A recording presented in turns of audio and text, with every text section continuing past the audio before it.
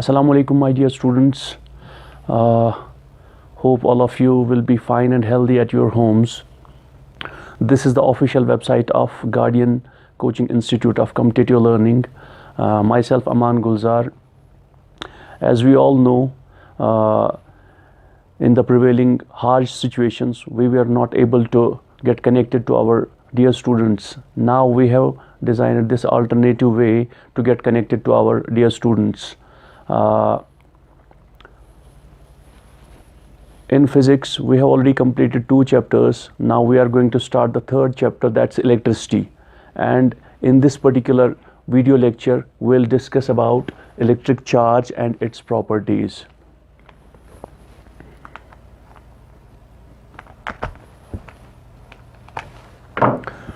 Now, before starting electric charge, as you know that you have studied in class 9th the structure of atom.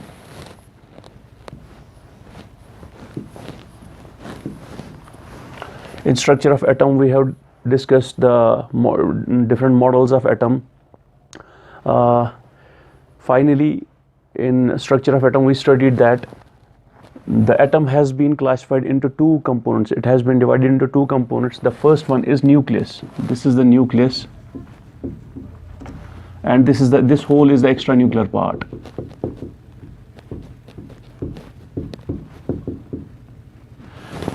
And in structure of atom, we have studied that कि जो nucleus होता है, nucleus में protons और neutrons होते हैं, और extra nuclear part में होते हैं रिवॉल्विंग इलेक्ट्रॉन्स.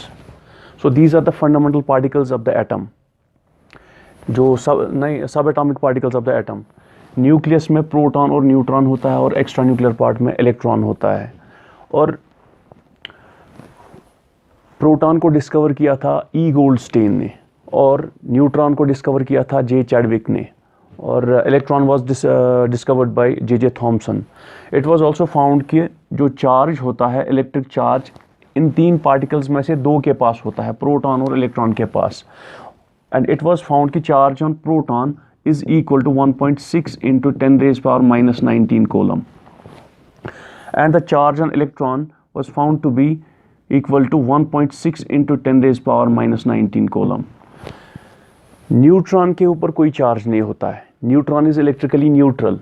तो प्रोटॉन के पास होता है 1.6 into 10 raised power minus 19 coulomb, और इलेक्ट्रॉन के पास भी उतना ही चार्ज होता है. Now basically we are studying electric charge, जो हमारा मेन टॉपिक है, और उसकी प्रॉपर्टीज़ हमें स्टडी करनी है. क्यों उसकी प्रॉपर्टीज़ स्टडी करनी है? क्योंकि उन्हीं प्रॉपर्टीज़ के थ्रू हम इलेक्ट्रिक चार्ज को डिफाइन करेंगे, और उसके बाद इसके यूनिट्स वगैरह सारा इसमें आ जाएगा. सो इलेक्ट्रिक चार्ज क्या होता है और कहाँ पे होता है? सबसे पहले हमने देखा कि कहाँ पे होता है. The electric charge is present on the proton and the electron which are the सब एटॉमिक पार्टिकल्स. तो इनके पास चार्ज होता है, और प्रोटॉन के पास इतना चार्ज होता है और इलेक्ट्रॉन के पास भी सेम चार्ज होता है. लेकिन एक साइंटिस्ट था बेंजामिन फ्रैंकलिन, जिसने प्रोटॉनिक चार्ज को साइन दे दिया पॉजिटिव, और इसको साइन दे दिया नेगेटिव. ये कोई मैथमेटिकल पॉजिटिव नेगेटिव नहीं है जिसमें हम एडिशन या सब्ट्रैक्शन करेंगे.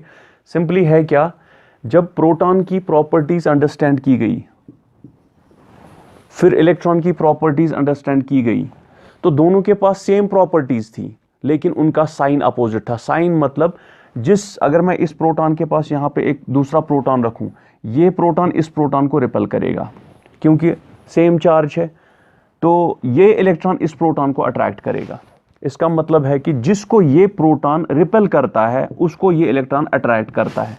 अट्रैक्शन या रिपल्शन दोनों फोर्स ही हैं, तो वो दोनों की प्रॉपर्टी है. इसकी भी प्रॉपर्टी है कि ये दूसरे चार्जड पार्टिकल को फोर्स एक्सर्ट करेगा, इसकी भी प्रॉपर्टी वही है कि ये इसको फोर्स एक्सर्ट करेगा. लेकिन इसकी प्रॉपर्टी है कि ये इसको रिपेल करेगा, इसकी प्रॉपर्टी इसके अपोजिट है, इसको अट्रैक्ट करेगा. सिमिलरली अगर हम एक इलेक्ट्रॉन को इधर रखेंगे, ये इलेक्ट्रॉन इस दूसरे इलेक्ट्रॉन को रिपेल करेगा, और इसी इलेक्ट्रॉन को ये प्रोटॉन अट्रैक्ट करेगा. इसका मतलब है साफ कि जो प्रोटॉन की प्रॉपर्टीज़ हैं, इलेक्ट्रॉन के पास भी वो प्रॉपर्टीज़ हैं, लेकिन खाली अपोजिट हैं. वो अपोजिट हैं. जो प्रॉपर्टीज़ इसके पास हैं वो इसके पास भी हैं, लेकिन जिसको ये अट्रैक्ट करता है ये उसको रिपेल करता है, जिसको ये अट्रैक्ट करता है ये उसको रिपेल करता है. मतलब प्रॉपर्टीज़ तो हैं लेकिन अपोजिट टू ईच अदर. तो इसीलिए बेंजामिन फ्रैंकलिन ने, सिंपल सी बात है, अगर हम भी इसकी प्रॉपर्टीज को अगर हम पॉजिटिव साइन दे देंगे तो इसके पास इसकी अपोजिट प्रॉपर्टीज हैं, तो इसको हमें नेगेटिव साइन देना पड़ेगा, क्योंकि पॉजिटिव का अपोजिट हमेशा नेगेटिव होता है, और जिस तरह से हम नॉर्थ का अपोजिट साउथ होता है, इसी तरह से यहाँ पर अगर हमने इसको साइन किया पॉजिटिव तो इसको साइन करना पड़ेगा नेगेटिव। हालांकि बेंजामिन फ्रैंकलिन उस टाइम इलेक्ट्रॉनिक चार्ज को पॉजिटिव लिख सकता था, प्रोटॉनिक चार्ज को नेगेटिव लिख सकता था, लेकिन अब उसने दे दिया तो एज अ साइन कन्वेंशन हम इसको लेते हैं कि the charge on proton is taken as positive and the charge on electron is taken as negative. तो इसका मतलब हमने एक और चीज सीखी कि जो एटम होता है, एटम के अंदर प्रोटॉन और इलेक्ट्रॉन और न्यूट्रॉन होता है। न्यूट्रॉन तो न्यूट्रल है, लेकिन प्रोटॉन के ऊपर कितना चार्ज होता है? 1.6 × 10⁻⁻19 कूलम। और इलेक्ट्रॉन के ऊपर कितना चार्ज होता है? 1.6 × 10⁻⁻19 कूलम, जो कि सेम है, लेकिन the charge on proton is taken as positive, the charge on electron is taken as negative. तो ये सारे पॉइंट्स हम इसकी डेफिनेशन में डाल देंगे। द नेक्स्ट, ये तो हो गया चार्ज कहाँ पे होता है और कितना होता है। नाउ विल सी कि जो इलेक्ट्रिक चार्ज होता है ये इसकी प्रॉपर्टीज़ क्या है, ये करता क्या है। तो उसकी प्रॉपर्टीज से ही हम इसकी डेफिनेशन बनाएंगे। तो पहली प्रॉपर्टी, जब भी दो charged bodies, for example there are two charged bodies, एक प्रोटॉन दूसरा प्रोटॉन, या एक इलेक्ट्रॉन दूसरा इलेक्ट्रॉन, या एक प्रोटॉन और दूसरा इलेक्ट्रॉन, जब भी दो चार्जड बॉडीज एक दूसरे के पास होते हैं, whenever we keep two charged bodies at certain distance apart, लेकिन कंडीशन यहाँ पर एक है कि दोनों रेस्ट में होने चाहिए, दोनों रेस्ट में होने चाहिए। And there is one more term that's called as electrostatics, जो हम पहले पढ़ेंगे। इसके बाद हम पढ़ेंगे इलेक्ट्रोडायनेमिक्स। तो इलेक्ट्रोस्टैटिक्स में हम यही पढ़ेंगे the properties of charge when they are at rest. Simple, जब भी चार्जेस रेस्ट में होते हैं we call them as static charges. Static means at rest and electric means electric charges. तो static charges means the charges at rest. And what is electrostatics? It is the study of properties of electric charges but when they are at rest. जब भी electric charges rest में होते हैं, उनकी properties को जब हम स्टडी करते हैं तो उनके उस स्टडी करने को हम बोलते हैं इलेक्ट्रोस्टैटिक्स। तो इन शॉर्ट अगर हमें इलेक्ट्रोस्टैटिक्स को डिफाइन करना होगा, electrostatic is simply the electrostatic may be defined as the study of electric charges when they are at rest. तो ये चार्ज और ये चार्ज अगर दोनों रेस्ट में है, अगर ये दोनों चार्जड बॉडीज रेस्ट में है, तो इनकी एक खास प्रॉपर्टी है, एक ही प्रॉपर्टी होती है कि ये एक दूसरे पर इलेक्ट्रोस्टैटिक फोर्स एक्सर्ट करेंगे। ये इसको रिपेल करेगा, ये इसको रिपेल करेगा, जिसको हम बोलते हैं इलेक्ट्रोस्टैटिक फोर्स या इलेक्ट्रिकल फोर्स। इलेक्ट्रोस्टैटिक क्यों? क्योंकि electro means electric charge because of electric charges and static means when they are at rest. तो उस फोर्स को हम बोलते हैं इलेक्ट्रोस्टैटिक फोर्स।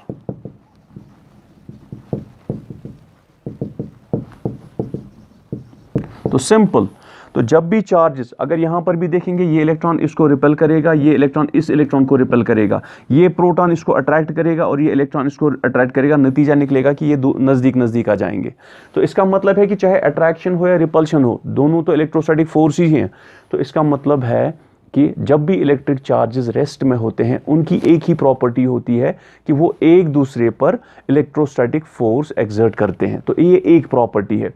तो इसी प्रॉपर्टी के थ्रू हम इलेक्ट्रिक चार्ज की डेफिनेशन दे सकते हैं अब कि इलेक्ट्रिक चार्ज होता क्या है। सो इलेक्ट्रिक चार्ज एक फंडामेंटल प्रॉपर्टी है, किसकी? इन सब एटॉमिक पार्टिकल्स की, इलेक्ट्रॉन्स और प्रोटॉन्स की। फिर से मैं बता रहा हूं कि इलेक्ट्रिक चार्ज होता क्या है। It is the fundamental property of sub atomic particles like electrons and protons, जिसके होने से, जिस प्रॉपर्टी के होने से ये एक दूसरे पर क्या करते हैं? इलेक्ट्रोस्टैटिक फोर्स एक्सर्ट करते हैं। तो सिंपल वे में हम डिफाइन कर सकते हैं इलेक्ट्रिक चार्ज को। इलेक्ट्रिक चार्ज में be defined as the fundamental property of subatomic particles like electrons and protons by virtue of which they exert electrostatic forces on each other. Electric charge एक ऐसी fundamental property है सब atomic particles की, like electrons and protons, जिसकी वजह से जिसके होने से वो हमेशा एक दूसरे पर क्या एग्जर्ट करते हैं, इलेक्ट्रोस्टैटिक फोर्स, लेकिन कब, जब वो रेस्ट में होते हैं। तो सिंपल, अगर ये रेस्ट में है, ये रेस्ट में है, ये दोनों एक दूसरे पर इलेक्ट्रोस्टैटिक फोर्स एग्जर्ट करेंगे। अगर ये दोनों रेस्ट में है तो ये दोनों भी एक दूसरे पर इलेक्ट्रोस्टैटिक फोर्स एग्जर्ट करेंगे। ये दोनों रेस्ट में है तो ये भी एक दूसरे पर इलेक्ट्रोस्टैटिक फोर्सेस एग्जर्ट करेंगे। तो इसका मतलब है whenever charges are at rest they exert electrostatic forces on each other, and this property is used in making the definition of electric charge. So what is electric charge? Electric charge is defined as the fundamental property of subatomic particles like electrons and protons, by virtue of which they exert electrostatic forces on each other, and the electric charge is present on the subatomic particles like electrons and protons. The charge on proton is equal to 1.6 into 10 raised power minus 19 coulomb, and the charge on electron is equal to 1.6 into 10 raised power minus 19 coulomb. But the charge on proton is taken as positive and the charge on electron is taken as negative. अब इसके ऊपर ये जो electrostatic force है, इसका nature क्या है। Electrostatic force जो होता है ये दो टाइप्स का होता है। It can be attractive as well as it can be repulsive. ये अट्रैक्टिव भी हो सकता है और रिपल्सिव भी हो सकता है। जैसे उसके ऊपर एक सबसे पहले चार्ज डिटेक्शन, चार्ज कैसे डिटेक्ट किया गया और हमें कैसे पता चला कि दो टाइप्स के चार्जेस होते हैं। तो उसके लिए एक बेंजामिन फ्रैंकलिन और उसके बाद जो नेचर ऑफ फोर्स था उसके ऊपर एक और साइंटिस्ट, उसका नाम था हेनरी कैवेंडिश, दोनों ने मिलके दिया। तो सबसे पहले क्या किया गया, एक गिलास रॉड ली गई, एक गिलास रॉड, दो गिलास रॉड्स ली गई जिनको रब किया गया सिल्क क्लॉथ से, और इसको भी रब किया गया सिल्क क्लॉथ से। तो जब इसको रब किया गया, हमें पता है, जो हम आगे भी पढ़ेंगे फ्रिक्शनल इलेक्ट्रिसिटी में, कि रब करने से इलेक्ट्रॉन्स एक बॉडी से दूसरी बॉडी में चले जाते हैं क्योंकि उनको एनर्जी मिल जाती है, आयोनाइजेशन एनर्जी। जैसे कि हमें पता है कि कभी कभी हम ड्राई हेयर को कॉम्बिंग करते हैं तो उसकी वजह से उसके बाद उस कॉम्ब पे चार्ज आ जाता है और जिसके बाद that attracts the bits of paper. तो वो हमारा कॉमन एक्सपीरियंस है। इसी तरह से सिल्क क्लॉथ से जब इसको रब करते हैं तो इसके ऊपर चार्ज आ जाता है। फिर दूसरी सिल्क क्लॉथ, दूसरे कपड़े से दूसरा जो सिल्क क्लॉथ है उससे हम इसको रब करते हैं तो इस पे भी चार्ज आ जाता है। जब दोनों पे चार्ज आ गया उसके बाद हमने एक दूसरे को, इन दोनों रॉड्स को नज़दीक रखा। इन्होंने क्या किया, इन्होंने रिपेल किया। इसने इसको रिपेल किया इधर, इसने इसको रिपेल किया इधर, तो इन्होंने रिपेल किया एक दूसरे को। तो इसका मतलब है कि जो चार्ज इधर पे आ गया वही चार्ज इस पे भी आ गया। इसका मतलब सिल्क क्लॉथ के रब करने से दोनों गिलास रॉड्स पे सेम चार्ज आ गया, क्योंकि दोनों गिलास की बनी है, दोनों का मटेरियल सेम है और दोनों को हम रब कर रहे हैं किससे, सिल्क क्लॉथ से। तो इसलिए नेचुरली दोनों पे सेम चार्ज आ जाएगा। फिर उसके बाद क्या किया गया कि एक और एबोनाइट रॉड ली गई, एबोनाइट रॉड्स, दो एबोनाइट रॉड्स या रबर रॉड्स। तो उनको किया गया रब किससे, फर से। हुआ क्या, जब इसको फर से रब किया गया तो इस पे भी कोई चार्ज आ गया, अभी पता नहीं था। फॉर एग्जांपल यहां पे मान लो पॉजिटिव आ गया, यहां पे मान लो पॉजिटिव आ गया, अगर यहां पे पॉजिटिव आ गया तो यहां पर भी पॉजिटिव आएगा। लेकिन जब हमने फर से इसको रब किया तो वहां पर भी एक चार्ज डेवलप हुआ। तो फॉर एग्जांपल वहां पे मतलब चार्ज डेवलप हो गया। जब फर से दूसरी एबोनाइट रॉड या रबर रॉड को रब किया गया तो उस पे भी सेम चार्ज आ गया। फर रबर या फर एबोनाइट दोनों पे सेम, जो चार्ज इधर पे आएगा वही चार्ज इस पे भी आएगा। तो नेचुरली जब हम इन दोनों को साथ रखेंगे तो ये भी क्या करेंगे, रिपल। ये इसको पुश करेगी इधर, ये इसको पुश करेगी इधर। इसका मतलब दोनों पे सेम चार्ज आ गया, लाइक चार्जेस। अब इन दोनों पे सेम चार्ज, इन दोनों पे सेम चार्ज, जो चार्ज इस पे वही इस पे, जो चार्ज इस पे वही इस पे। लेकिन उसके बाद क्या किया गया, फिर हमने एक रबड़, ये जो सिल्क क्लॉथ से रब की हुई गिलास रॉड और फर से रब की हुई एबोनाइट रॉड, दोनों को नजदीक रखा हमने। तो ये गिलास रॉड थी और ये एबोनाइट रॉड थी। तो क्या हुआ कि इन दोनों ने अट्रैक्ट किया, इन दोनों ने एक दूसरे की तरफ अट्रैक्ट किया। ऐसे इसने इस पर फोर्स एक्सर्ट किया, इसने भी एक्सर्ट किया, तो ये अट्रैक्ट हो गई। इसका मतलब है कि अट्रैक्शन कहां पे होती है, जहां पर अनलाइक चार्जेस होते हैं। इसका मतलब जो चार्ज इस पे डेवलप हुआ था इस पे भी चार्ज डेवलप हुआ, लेकिन उसका अपोजिट। तो अगर इस पे पॉजिटिव हुआ है तो इस पे कौन सा डेवलप हुआ होगा, नेगेटिव। इसका मतलब इस पे भी नेगेटिव डेवलप हुआ था, इस पे भी नेगेटिव डेवलप हुआ था। इसका मतलब है कि दोनों पे सेम चार्ज डेवलप हुआ था, यहां पर भी दोनों पे सेम, तो रिपल्शन रिपल्शन। लेकिन जब हमने इसमें से एक और इसमें से एक ली तो दोनों ने अट्रैक्शन दिखाई, तो यहां पर repulsion, force of repulsion, force of repulsion, लेकिन यहां पर फोर्स ऑफ अट्रैक्शन। तो दो जगह पर हमें मिलता है फोर्स ऑफ रिपल्शन, कहां पे, जहां पे लाइक चार्जेस हैं। Like charges repel each other, like charges repel each other, but unlike charges attract each other, and this was given by Henry Cavendish. This the electrostatic force is of two types. It can be attractive and it can be repulsive. It was shown by Henry Cavendish. Now the question here arises, why electrostatic force is of two types? Why it is this attractive as well as repulsive in nature? अगर हम इसको compare करेंगे gravitational force के साथ, वो तो खाली attractive होता है। तो ग्रेविटेशनल फोर्स क्यों अट्रैक्टिव इन नेचर होता है और रिपल्सिव क्यों नहीं होता, मतलब एक ही टाइप का फोर्स क्यों होता है, यहां पर दो टाइप्स का क्यों होता है? इसका सीधा आंसर है because of presence of two kinds of charges. We know there are two types of charges, positive and negative. तो दो सिचुएशंस क्रिएट होती हैं। Sometimes we can get positive, positive means like charges, या negative negative again like charges, and sometimes we can get positive and negative. इसका मतलब है कभी हमें मिलेगा लाइक चार्जेस और कभी मिलेगा अनलाइक चार्जेस। तो जब लाइक चार्जेस होंगे तब कौन सा फोर्स होता है? रिपल्सिव फोर्स, इलेक्ट्रोस्टैटिक फोर्स होता है, लेकिन कौन सा? रिपल्सिव। लेकिन जब अनलाइक चार्जेस होते हैं उस टाइम पे इलेक्ट्रिक चार्जेस एक दूसरे को अट्रैक्ट करते हैं। इसका मतलब दो टाइप्स ऑफ इलेक्ट्रोस्टैटिक फोर्सेस होते हैं, attractive as well as repulsive. But gravitational force क्यों होता है only attractive? Why of one kind only? Because mass एक ही टाइप का होता है। We are having mass of one body, mass of another body. इसमें कोई पॉजिटिव मास नेगेटिव मास नहीं है। मास का कैरेक्टरिस्टिक अपोजिट नहीं होता है एक दूसरे से। मतलब इसका मास ज्यादा या कम तो हो सकता है, एक का ज्यादा हो सकता है दूसरे का कम, तो लेकिन पॉजिटिव मास नेगेटिव मास मतलब दो काइंड्स ऑफ मास नहीं है। तो हमें लाइक मासेस और अनलाइक मासेस नहीं मिलेंगे कभी।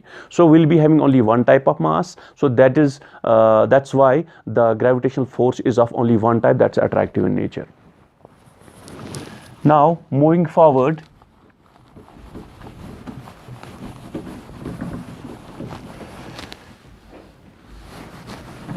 कुछ और प्रॉपर्टीज इलेक्ट्रिक चार्ज की।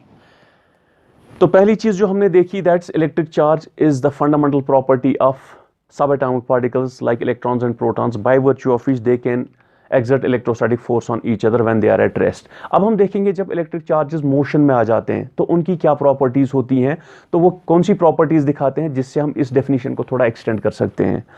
तो सबसे पहले for example electric charges like electrons, हमने पढ़ा हुआ है, जो हम आगे भी पढ़ेंगे, कि जब भी इलेक्ट्रिक चार्जेस लाइक इलेक्ट्रॉन्स जब भी वो मोशन में आ जाते हैं दे प्रोड्यूस इलेक्ट्रिक करंट, ये प्रोड्यूस करते हैं इलेक्ट्रिक करंट। करंट को हम डिफाइन भी करते हैं, current is defined as the flow of charges along a particular direction. मतलब जब चार्जेस मोशन, अभी तक ये रेस्ट में थे, अभी तक हम पढ़ रहे थे electrostatics, now we are going towards electrodynamics.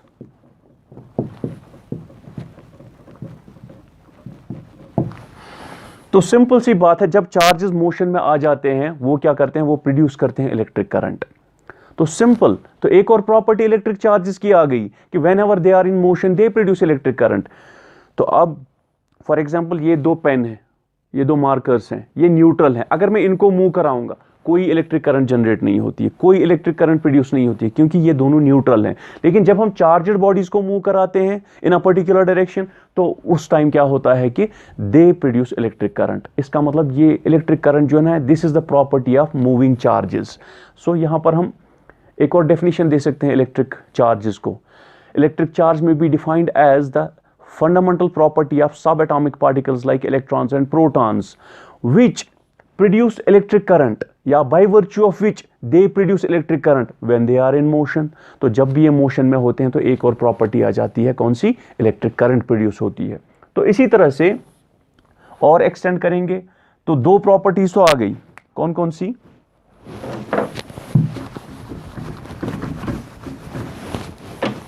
पहली प्रॉपर्टी जो थी इलेक्ट्रिक चार्जेस की, जब वो रेस्ट में थे तो इलेक्ट्रोस्टैटिक फोर्स दे एक्सर्ट इलेक्ट्रोस्टैटिक फोर्स। दूसरी कि दे प्रोड्यूस इलेक्ट्रिक करंट। लेकिन कब? जब वो मोशन में होते हैं। तो जब यही इलेक्ट्रॉन्स मोशन में होते हैं तब इलेक्ट्रिक करंट प्रोड्यूस होती है। तो ये दूसरी प्रॉपर्टी थी। अब तीसरी प्रॉपर्टी जो हम देखेंगे कि जब भी आपने देखा होगा जब भी करंट पास होती है किसी कंडक्टर में से, whenever current is passed through a conductor the conductor gets heated up. Conductor को क्या हो जाता है, वो हीट अप हो जाता है। जैसा हमारा कॉमन एक्सपीरियंस है in case of electric heater. Electric heater में जब भी हम स्विच ऑन करते हैं, जब भी हम इलेक्ट्रिक हीटर को ऑन करते हैं वो हीट प्रोड्यूस करता है। या हमें पानी गर्म करने के लिए बॉयलर या गीज़र हम यूज़ करते हैं, तो उसमें भी क्या हम इलेक्ट्रिसिटी जब पास करते हैं तो वहाँ पर हीट मिलती है जिसकी वजह से पानी गर्म हो जाता है। One more, that's electric iron.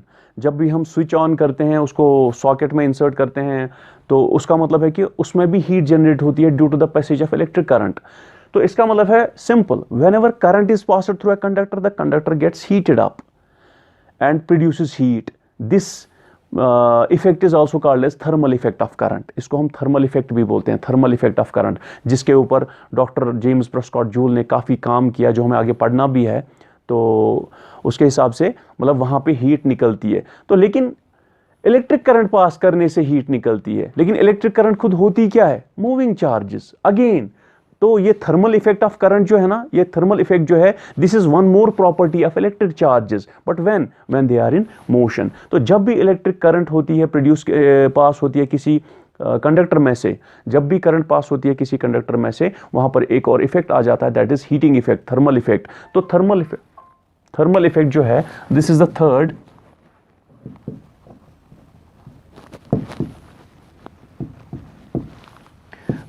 Property. इसी तरह से जो फोर्थ प्रॉपर्टी होती है, फोर्थ प्रॉपर्टी, यही इलेक्ट्रिक करंट जब पास होती है कंडक्टर्स में से, जब भी किसी कंडक्टर में से इलेक्ट्रिसिटी पास होती है, उसमें होता क्या है, वो कंडक्टर मैग्नेटाइज हो जाता है। मैग्नेटाइज होना मतलब वो मैग्नेट बन जाता है और मैग्नेट की तरह बिहेव करता है, मैग्नेटिक फोर्स एक्सर्ट करता है दूसरे मैग्नेट्स पे। तो सिंपल सी बात है। सो अगर हमारे पास एक सर्किट है, अगर हम इसमें करंट पास करेंगे, तो जब भी करंट पास होगी इस कंडक्टर में से, तो ये कंडक्टर क्या हो जाएगा, ये मैग्नेटाइज हो जाएगा। मैग्नेटाइज हो जाएगा मतलब ये मैग्नेटिक इफेक्ट्स प्रोड्यूस करेगा, मतलब इसमें मैग्नेटिज्म आ जाएगा, ये मैग्नेट की तरह बिहेव करेगा। तो सिंपल सी बात है, जब करंट इसमें पास होगी तब इसमें मैग्नेटिक इफेक्ट्स आ जाएंगे। इसका मतलब है कि किसी भी कंडक्टर में से जब करंट पास होती है तो वो कंडक्टर क्या हो जाता है, वो मैग्नेटाइज हो जाता है। जैसे ही वो मैग्नेटाइज हो जाएगा वो बिहेव करेगा एक मैग्नेट की तरह। तो इसका सिंपल मतलब है कि करंट पास करने से किसी भी कंडक्टर में मैग्नेटिज्म आ जाता है, मैग्नेटिक प्रॉपर्टीज आ जाती है, मैग्नेटिक बिहेवियर आ जाता है, मतलब वो एक मैग्नेट की तरह बिहेव करता है। तो इसका मतलब है it is due to the passage of electric current. When current passes through the conductor gets magnetized. तब तक कंडक्ट, अगर हम करंट यहाँ स्विच ऑफ कर देते हैं, तो करंट इसमें से पास नहीं होगी। जब करंट पास नहीं होती है तो इसका मतलब है कि इसमें मैग्नेटिक प्रॉपर्टीज नहीं रहती हैं। जैसा कि देखा गया है कि जैसे ही हम स्विच ऑफ करते हैं, ये कंडक्टर अब फर्दर मैग्नेट की तरह बिहेव नहीं करता है। तो ये तभी तक मैग्नेट की तरह बिहेव करता है जब तक कि इसमें करंट पास होती है। तो so we can say finally that the magnetic properties arise in this conductor, or the magnet, it behaves as a magnet because of passage of electric current. तो जब तक करंट है तब तक मैग्नेटिक प्रॉपर्टीज हैं, करंट स्टॉप करेंगे तो magnetic properties नहीं रहेंगी इसमें। तो इसका मतलब है कि इसमें जो मैग्नेटिक प्रॉपर्टी है या मैग्नेटिक इफेक्ट्स जनरेट हो गए, ये किसकी वजह से हो गए, इलेक्ट्रिसिटी की वजह से, इलेक्ट्रिक करंट की वजह से। लेकिन करंट खुद है क्या, फ्लो ऑफ इलेक्ट्रॉन्स, जैसे हमने पहले ही कहा है। फ्लो ऑफ इलेक्ट्रॉन्स मींस या फ्लो ऑफ चार्जेस, जब चार्जेस मूव करते हैं तो moving charges constitute electric current, and that current when passes through this conductor the conductor gets magnetised.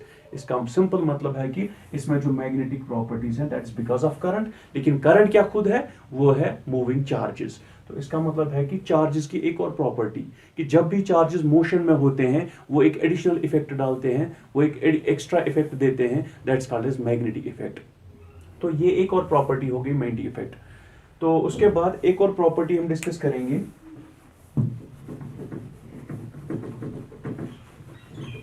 कि जब भी करंट पास होती है किसी केमिकल सॉल्यूशन में से, केमिकल सॉल्यूशन मतलब कोई भी इलेक्ट्रोलाइट, फॉर एग्जांपल हम कोई भी इलेक्ट्रोलाइट ले लेंगे, जैसे सोडियम क्लोराइड या कोई भी मोल्टन साल्ट सॉल्यूशन या एसिडिक सॉल्यूशन ले लेंगे, इस सेल में, इस कंटेनर में, अगर हमने इसमें डिप की, फॉर एग्जांपल हम एक सर्किट कंस्ट्रक्ट करेंगे यहां पर,